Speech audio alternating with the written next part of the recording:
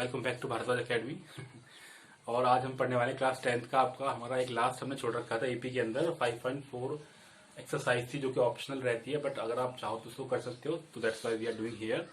उसका हमारे एक लास्ट एक्सरसाइज का पहला क्वेश्चन है जो मैंने यहाँ पे लिख लिया है ऑलरेडी। वो क्वेश्चन क्या है, वो कह रहा है which term of the AP is 121, 117, 113 और is the first negative term. हमको बताना है कि कौन सा टर्म जो है इसमें पहला नेगेटिव टर्म होगा। ठीक है, तो पहला नेगेटिव टर्म होने के लिए हमने क्या माना सबसे पहले, और इसमें हिंट भी दे रखी है, अगर आपने क्वेश्चन को ध्यान से देखा हो तो वो कह रहा है कि आप एन के लिए निकाल दो जहां पे कि आपको नेगेटिव आ रही हो। तो आप क्या मान लोगे, उसको आप एज्यूम कर लोगे कि एन के लिए 0 निकालनी। आप पहले एन निकाल लो और इसके वैल्यू 0 के बराबर रख दो, automatically you will get the answer. मतलब हिंट भी आपको उसी के अकॉर्डिंग दे रखी है। तो लेट्स फाइंड आउट। हम निकालते पहले एन की वैल्यू। एन क्या होता है आपका, ए प्लस एन माइनस 1 डी। अब हमारे पास फर्स्ट टर्म तो है, ठीक है, हमारे पास डी भी है, ठीक है, निकाल दें हम। यहाँ पे हमने लिखा नहीं है। ये आपको कितना आ गया, 121 आ गया, और डी कितना आ गया आपका, माइनस का 4 आ गया। हो जाएगा 170 माइनस 121, तो माइनस का 4 आ जाएगा। कोई दिक्कत नहीं है, आप चैप्टर की लास्ट पॉइंट कर रहे हो तो इतना तो आप ऐसे एक्सपेक्टेड होता है कि आपको पता है यहाँ पे क्या कर रहे हैं हम यहाँ पे। और आपको काम ना आप यहाँ पर वैल्यू की रख देते हैं यहाँ पे। N is equal to 121 plus N minus 1 minus 4। So 121 plus कितना हो जाएगा यहाँ पे, माइनस का 4n और प्लस 5, यानी कितना आएगा 126। कितना आएगा ये 126 माइनस 4n। अब ये an की वैल्यू है। अब an की वैल्यू नेगेटिव होने के लिए क्या होना चाहिए, an की जो वैल्यू है वो क्या होनी चाहिए, यहाँ पे 0 से छोटी होनी चाहिए। an की वैल्यू 0 से छोटी होनी चाहिए। तो क्या रखेंगे, इसको 0 से कम रख लेंगे। तो यानी 126 माइनस 4n जो है वो क्या हो जाएगा, 0 से छोटा। तो इसको हम उधर ले गए, है ना, या इसको उधर ले जाओ तो माइनस का 4n इजिकल कितना आ जाएगा आपका, माइनस का 126, यानी n की वैल्यू कितनी हो जाएगी आपका, ये कट यहाँ पे 126 अपॉन n यानी कि 4। तो 4 या 12 और एकम 4 दुनिया 5। तो आगे लगभग n की वैल्यू जो है वो 31.25 से बड़ी होनी चाहिए, यानी कि वो कितनी आ जाएगी आपकी 32 आ जाएगी।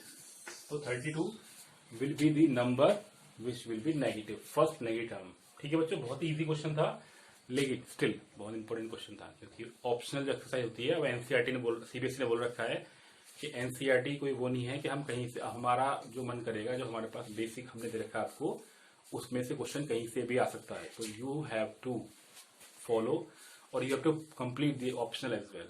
अब आपको करनी पड़ेगी। ठीक है, चलिए तो हम अब वाला क्वेश्चन करते हैं। यहाँ पे थर्ड क्वेश्चन देखते हैं अभी। ठीक है, मैं इस क्वेश्चन को लिख लेता हूँ यहाँ पे, वेट। चलो बच्चों, ये हमारा क्वेश्चन है और काफी लंबा क्वेश्चन है। यहाँ पे ये आपको डायग्राम बना के दे रखा है। ठीक है, जो चीज बना के दे रखी है वो मैंने यहाँ पे लिख दी है। ये कह रहा था लेडर, एक आपकी एक लेडर है, जैसे कि आपकी वो होती है, क्या होते हैं उसको हिंदी में, जो ऊपर चढ़ने के काम आती है, मतलब वो लेडर है, आप समझ लो उसको। Has a range 25 centimetre apart from the rungs. हर एक के बीच में कितनी लेंथ है, वो 25 centimetre. Ladder has a range 25 centimetre apart और the rungs decrease in the length from 45 at the bottom. तो यहाँ पे कितनी है आपकी 45 और यहाँ पे कितनी है आपकी 25 एट द बॉटम। और इनके बीच में जो गैप है ये वाला, ये गैप कितना 2.5 सेंटीमीटर का है। कितना यहाँ पे ये 2.5 सेंटीमीटर का, और जो टोटल लेंथ है वो 25 है। टोटल लेंथ कितनी है 2.5 मीटर है। टोटल लेंथ कितनी है आपकी 2.5 मीटर की ये लेंथ है। सबसे टॉप वाले लेडर की जो ये रंग है इसके बीच में, और ये सबसे नीचे वाले रंग है इसके बीच में। ठीक है, और हर एक के बीच का जो सेपरेशन है वो 2.5 सेंटीमीटर का है। तो अगर हमारे पास टोटल लेंथ है ये वाली, टोटल लेंथ है ये वाली, और इनके बीच हमें गैप दे रखा है, तो इस गैप से हम निकाल सकते हैं कि हमारे पास नंबर ऑफ रंग्स कितने हैं। ठीक है बच्चों, पहले क्वेश्चन को ही समझ लो। ये सारी चीजें रखी है यहाँ पे कि आपको दिखाना है कि आपको कितनी लकड़ी की रिक्वायरमेंट होगी। तो आपको कहीं ना कहीं इसको ये शो करना है कि एपी में बन रहा है। अब एपी में तो बन रहा है कि अगर हमने ये माना कि पहला वाला जो टर्म है वो 45 है, और हर एक जो कम होता जा रहा है 2.5, मतलब कम होता जा रहा है। देखो यहाँ से तो कितना कम होता जा रहा है, वो हर एक में कुछ ना कुछ गैप आ रहा है। ठीक है, तो टोटल आपका जो लेंथ है वो है 2.5 मीटर की, और उनके बीच का सेपरेशन, हर एक के बीच का सेपरेशन कितना है 2.5 का। मतलब ये 2.5 सेंटीमीटर है और वो 2.5 मीटर है। तो हम सबसे पहले निकाल देंगे नंबर ऑफ रंग्स। अब बच्चों सोचो नंबर ऑफ रंग्स कितने हो जाएंगे। टोटल जो लेंथ है वो है आपकी 2.5, तो 2.5 इंटू 100, ठीक है। और हर एक के बीच में गैप कितना है यहाँ पे कितना आपका 2.5 सेंटीमीटर। हर एक के बीच में गैप कितना है यहाँ पे 2.5 सेंटीमीटर, ठीक है। और ये कितना है आपका यहाँ पे 25 सेंटीमीटर, तो कितना आ जाएगा 25 प्लस 1। तो इसको हम इधर ले जाएंगे, यहाँ पे 10 आ गया और ये कट गया यहाँ पे आपका, तो 10 प्लस 1, ठीक है। तो ये समझ आया यहाँ पे कि क्या आएगा यहाँ पे कि आपका ये आ जाएगा आपका 10 प्लस 1, यानी कितना आ गया नंबर ऑफ रंग्स कितने आएगा आपके 11 आ गए। नंबर ऑफ रंग्स कितने आ गए आपके 11। एक बार फिर समझ लो यहाँ पे कितना आ गया आपका नंबर ऑफ रंग्स जो है वो कितने आ गए। हमने क्या मान लिया टोटल जो आपको दे रखी है लेंथ वो 2.5 मीटर, पहले उसको हमने कन्वर्ट कर लिया किसमें सेंटीमीटर में, किसमें कन्वर्ट कर लिया उसको सेंटीमीटर में। और नीचे जो आपका टोटल जो रेंज है वो आपकी कितनी है 25 सेंटीमीटर की है, तो उससे आपका क्या आ जाएगा टोटल मिला के आपके नंबर ऑफ रंग्स आ जाएंगे। तो 2.5 इंटू 100 अपॉन 25 प्लस 1, यानी कितना आ गया 10 प्लस 1 11 आ गया। ये आपका क्या आ गया एन की वैल्यू आ गई। अब एन की वैल्यू आ गई आपके पास में, फर्स्ट टर्म आपका ये रहा 45, लास्ट टर्म आपका ये रहा 25। तो टोटल लेंथ निकालनी है, यानी कि अब ये एपी में बन गया, क्या बन गया आपका एपी में। तो अब हम इसको एपी में यहाँ पे निकाल सकते हैं। आपका जो आपको सम निकालना है, सम का फॉर्मूला कहता है S N equal to N by 2 2a plus N minus 1 T. तो रादर हम इसको क्या लिखेंगे, इस वाले टर्म को हटा देंगे यहाँ पे, तो हम लिख देंगे ए प्लस एल, क्योंकि लास्ट टर्म हमारे पास में है 11 अपॉन 2, और फर्स्ट टर्म कितना आपका 45, लास्ट टर्म कितना आपका 25, तो 45 प्लस 10 70, और ये कितना आएगा आपका 11 इंटू 35, कितना आ गया 11 5 और 11 3 33 और 5 38, तो 385 आ गया, ठीक है बच्चों। तो सिर्फ आपको यहाँ पे ये ध्यान रखना है कि नंबर ऑफ रंग्स हमने कैसे निकाले। यहाँ पे 2.5 जो है वो उनके बीच का आपका वो रहता है, गैप रहता है, और ये टोटल जो लेंथ है अभी कितनी है 2.5 मीटर की है। तो टोटल लेंथ हमने निकाल दी, और हर एक की जो रेंज है वो कितनी है आपकी 25 सेंटीमीटर की है, ठीक है। और इंटू हमने यहाँ पे प्लस 1 कर दिया, इस तरीके से हमने इसकी रेंज को निकालती है, ठीक है बच्चों। आई होप ये क्वेश्चन समझ में आ गया, थोड़ा सा ट्रिकी सा था, बट मैंने कोशिश की आपको थोड़ा सा अच्छे समझाने की। मगर फिर भी आपको लगता है कि हाँ कुछ इसमें डिस्कस करने वाली बात है, तो please don't hesitate to ask me, okay. अब हम चलते हैं क्वेश्चन नंबर नेक्स्ट की तरफ, यानी क्वेश्चन नंबर 5 की तरफ, ठीक है। Let me right that. चलो बच्चों, ये आपका ये आपका क्वेश्चन है। पहले मैं क्वेश्चन पढ़ के सुनाता हूँ आपको। एक स्मॉल टेरेस, आपको कुछ इस तरह का डायग्राम देख लेना अपनी बुक में। मैं इतना अच्छा आर्टिस्ट नहीं हूँ, ड्राइंग मेरी इतनी अच्छी नहीं है, बट फिर भी मैंने कोशिश की अच्छे सा डायग्राम बनाने की, ठीक है। तो स्मॉल टेरेस एट ए फुटबॉल ग्राउंड, फुटबॉल ग्राउंड के अंदर आप जाते हो नॉर्मली, आप जाते हैं आप कभी गए हो क्रिकेट देखने के लिए या फिर फुटबॉल देखने के लिए, तो वहाँ पे ग्राउंड में जो स्टेप्स होती है वो नीचे की तरफ होती है, तो कुछ ऐसे होती है, पहली स्टेप आए फिर दूसरी पाए फिर नीचे आए, तो इस तरीके से आप ग्राउंड में पहुंच जाते हो, कुछ उसको हम बोलते हैं टेरेस। तो ग्राउंड कंप्राइज ऑफ 15 स्टेप, कुल मिला के ये 15 है, मैंने कम दिखा रखी, कुल मिला के कितने रखी है आपको एन की वैल्यू 15 दे रखी है। 15 स्टेप्स हैं, each of which is 50 metre long, और हर एक जो है वो 50 मीटर लंबी है, यानी कि इनकी लंबाई सबकी दे रखी है, ठीक है। And built at A solid concrete, और किस पे बनी हुई है, सॉलिड कॉन्क्रीट पे बनी हुई है, यानी कि ऑब्वियसली पत्थर पर बनी हुई है। Each step has a rise of 1.4 metre, देखो दे रखा है यहाँ पे कि हर एक की जो हाइट है, देखो हर एक की हाइट 1.4 है, और लेंथ ये जो कितनी है आपकी लेंथ कितनी 50 है, ठीक है।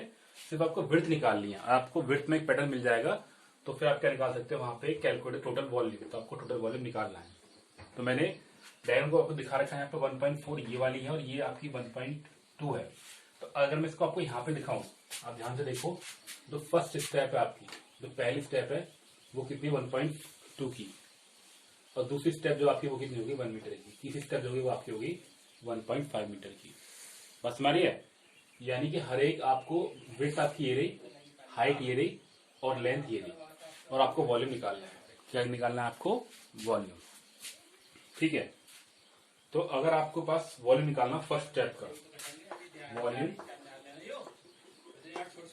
वॉल्यूम ऑफ कंक्रीट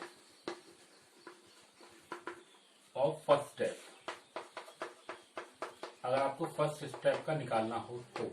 ठीक है बच्चों, बात समझ आ गई। मैंने आपको थोड़ा सा शॉर्ट में समझा दिया यहाँ पे कि आपको वॉल्यूम चाहिए। वॉल्यूम क्या होता है, अगर एक क्यूब होगी, क्यूबॉइड होगी, length into breadth into height.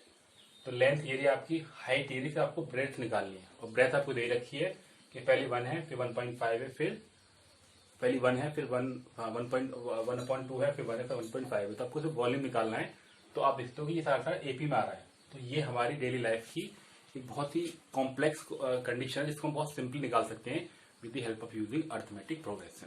ठीक है, तो फर्स्ट स्टेप का आपका वॉल्यूम कितना हो जाएगा, आपकी जो ब्रेथ है वो 1.2 है, आपकी हाइट जो 1.4 है, जो आपकी जो ये लेंथ है वो 50 है। ठीक है, तो कितनी आ जाएगी आपकी, आप इसको सॉल्व कर लो। यहाँ पे 25, तो पहले आपकी आ गई 25.4। ठीक है बच्चों, कोई दिक्कत नहीं है। अब इसी तरीके से अगर आपको नेक्स्ट स्टेप में निकालनी हो तो क्या हो जाएगी आपकी, सेम रहेगा। बस अब मैं डायग्राम को रफ करता हूँ, जगह नहीं है हमारे पास में। ठीक है, या मैं क्वेश्चन सॉल्व करता ताकि आपको बाद में समझाने में दिक्कत ना आए।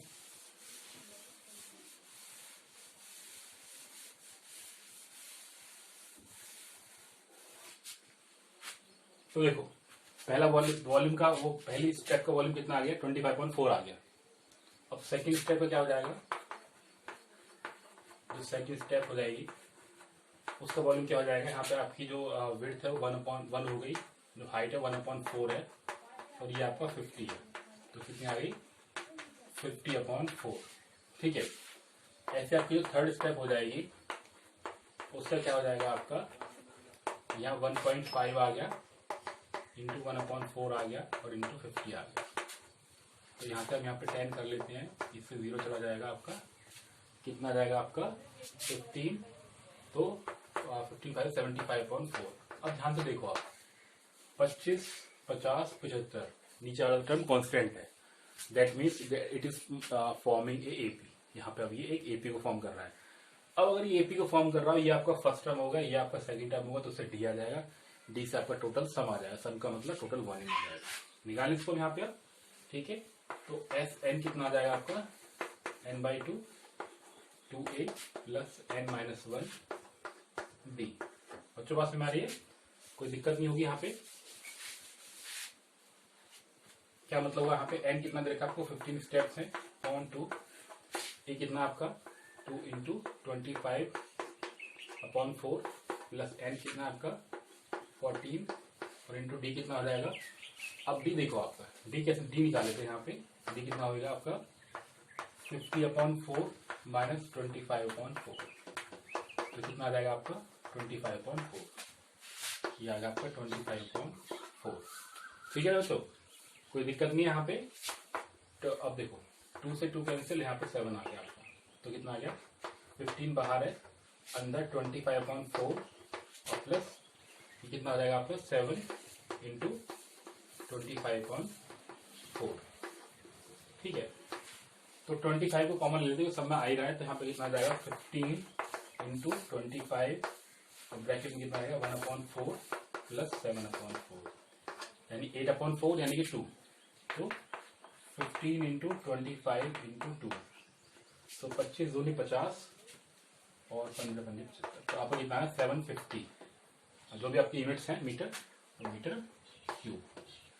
ठीक है बच्चों, सब में आ गया होगा, आई होप। थोड़ा इजी क्वेश्चन था, थोड़ा सा ट्रिकी था समझने के लिए। अगर आपको डायग्राम से में आ गया तो ये सिर्फ आपके फ्री के नंबर है।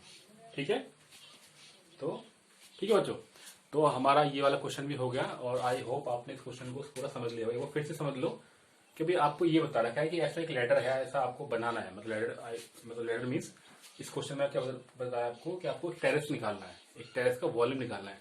और टेरेस की स्ट्रक्चर कैसी है कि कुल मिला के 15 स्टेप है, ऐसी करके कितनी 15 स्टेप है, और हर एक स्टेप की जो विड्थ है वो 1/2 है, और हाइट जो 1/4 है। हाइट कितनी 1/4।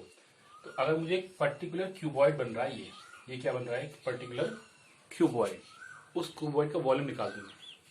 एक cuboid, 2 cuboid, 3 cuboid, 4 cuboid, 5 cuboid, इस तरीके से 15 क्यूबॉइड बन रहे हैं।